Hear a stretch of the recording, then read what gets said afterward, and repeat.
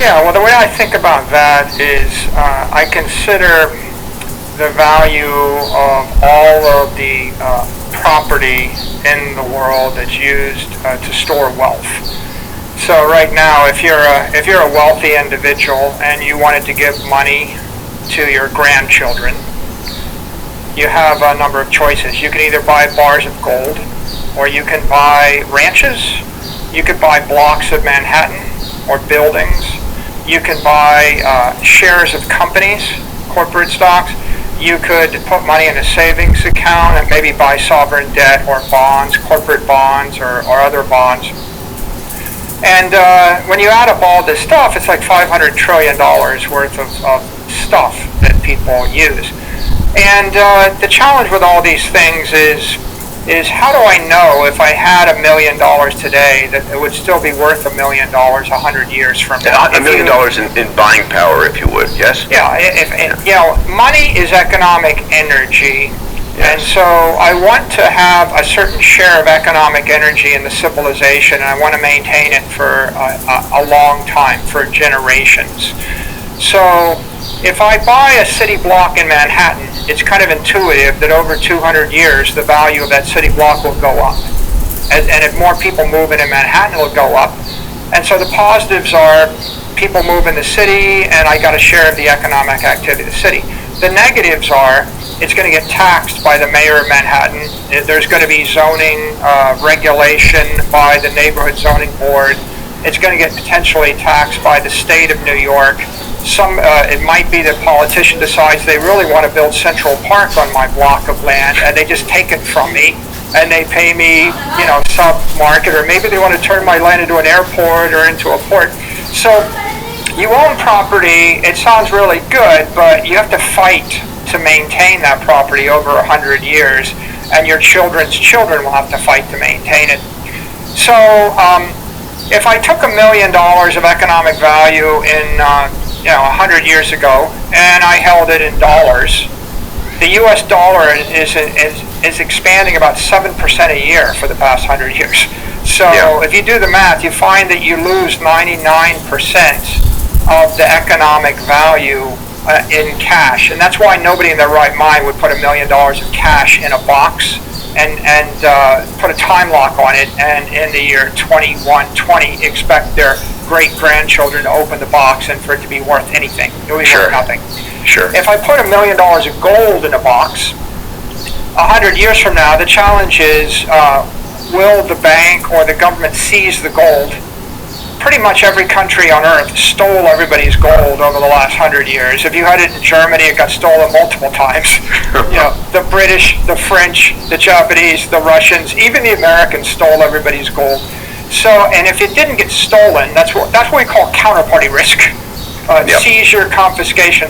If it didn't get stolen, if you increase the gold supply by 2% a year, then you realize the half-life of money in gold.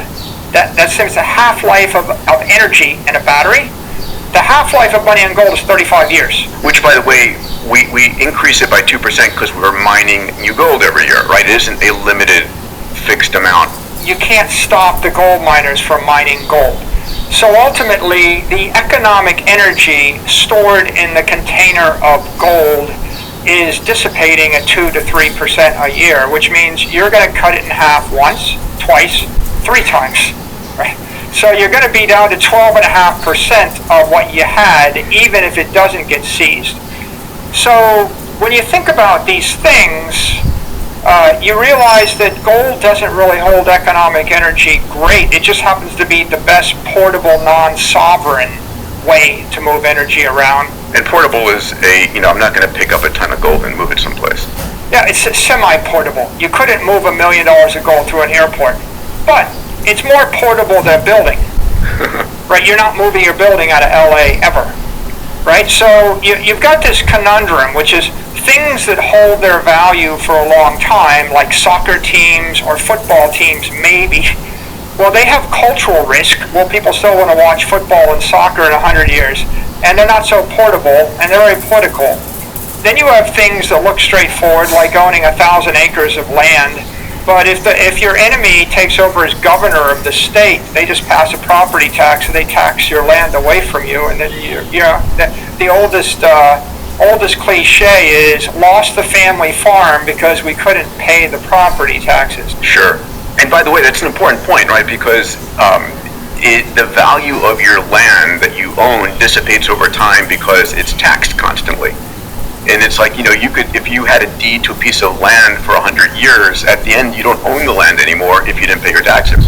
Yeah, so if you're a rich family in New York City and you have real estate, the reason that you still own it is because you rented it out and you were very competent in the way you manage the politics, the tax, and the rent, and you manage to get more rent than the tax. And then if you do that well, and if you get lucky, then you'll still have the land.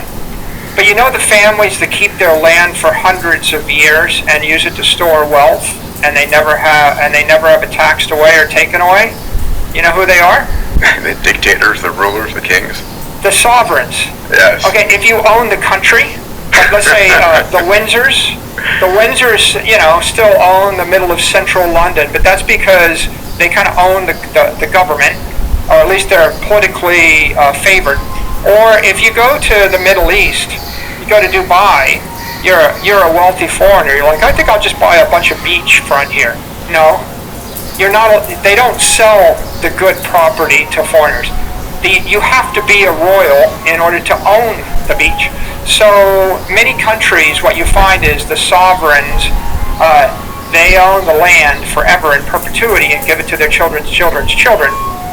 And the reason they can afford to do it is because there's no tax, because they make the tax laws. Hey, thanks for listening to Moonshots and Mindsets. I want to take a